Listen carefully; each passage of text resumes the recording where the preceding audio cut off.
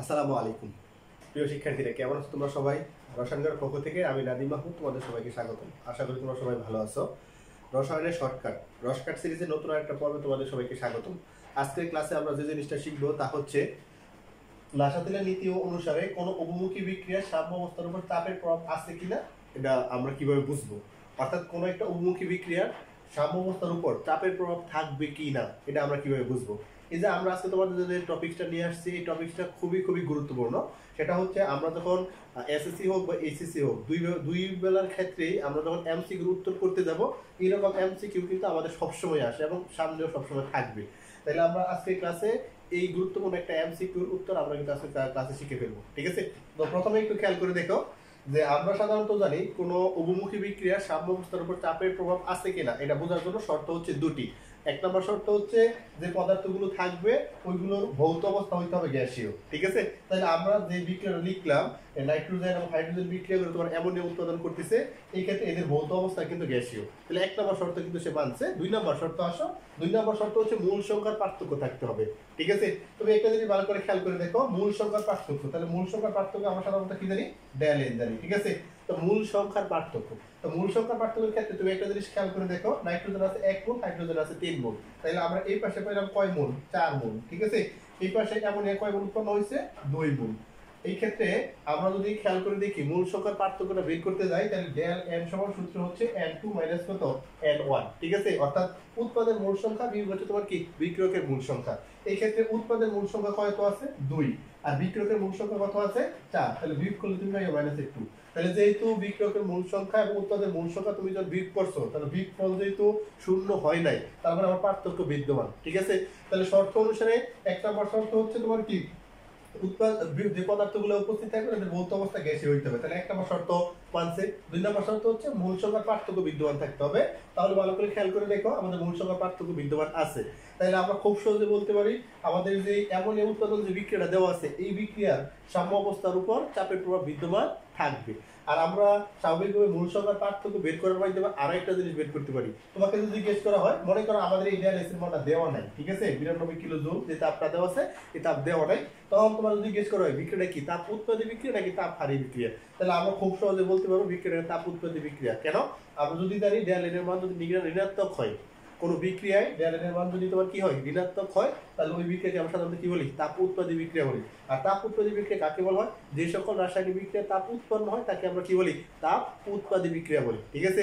তাহলে আমরা কিন্তু ডেল এন এর মান বের করার মাধ্যমে দুইটা তথ্য বলতে পারি। উদ্দীপকের বিক্রিয়া এটা তাপ উৎপাদী বিক্রিয়া, আর উদ্দীপকের যে উপমুখী বিক্রিয়া আছে ওই উপমুখী বিক্রিয়ার সাম্যাবস্থার উপর চাপের প্রভাব, যেহেতু মূল সংখ্যার পার্থক্য বিদ্যমান তাই চাপের প্রভাব বিদ্যমান থাকবে। তাহলে আমরা কি শিখলাম? যে কোনো একটা অবমুখী বিক্রিয়া সাম্য অবস্থার উপর চাপের প্রভাব বিদ্যমান থাকবে কিনা। শর্ত কয়টা? দুইটা। ভৌত অবস্থা হইতে হবে গ্যাসীয় এবং মূল সংখ্যার পার্থক্য থাকতে হবে। যদি দুইটা শর্ত মেনে চলে তাহলে ওই বিক্রিয়ার সাম্য অবস্থার উপর চাপের প্রভাব বিদ্যমান থাকবে, ঠিক আছে? তাহলে আমরা যদি আরেকটা উদাহরণ দিই তাহলে তোমরা আরেকটা বিষয়টা আরেকটু বুঝতে পারবা। যেমন মনে করো আমরা যদি নাইট্রোজেন প্লাস তোমার কি অক্সিজেন বিক্রিয়া করে আমরা সাধারণত কি উৎপন্ন করবে? নাইট্রিক অক্সাইড উৎপন্ন করবে, ঠিক আছে?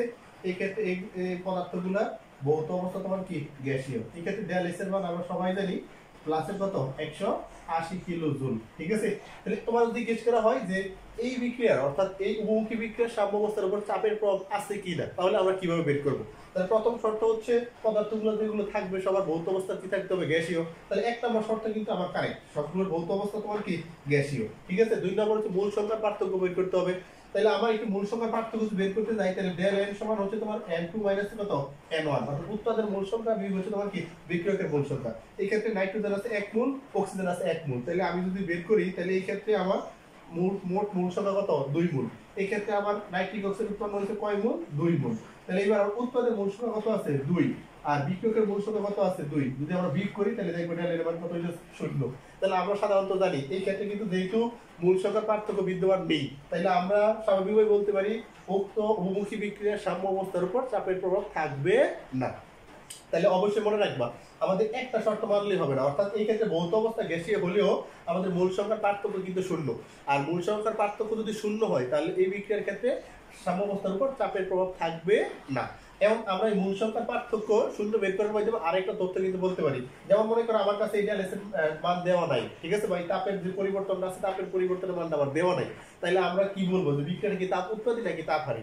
মনে রাখবা যদি ডেল এন এর মান অর্থাৎ মূল সংখ্যার পার্থক্যটা নেগেটিভ হয় তাহলে বিক্রিয়া একটা তাপ উৎপাদী বিক্রিয়া, আর যদি ডেল এন এর মান তোমার মনে করো শূন্য এবং পজিটিভ হয় তাহলে মনে রাখবো বিক্রিয়া একটা তাপ হারি বিক্রিয়া।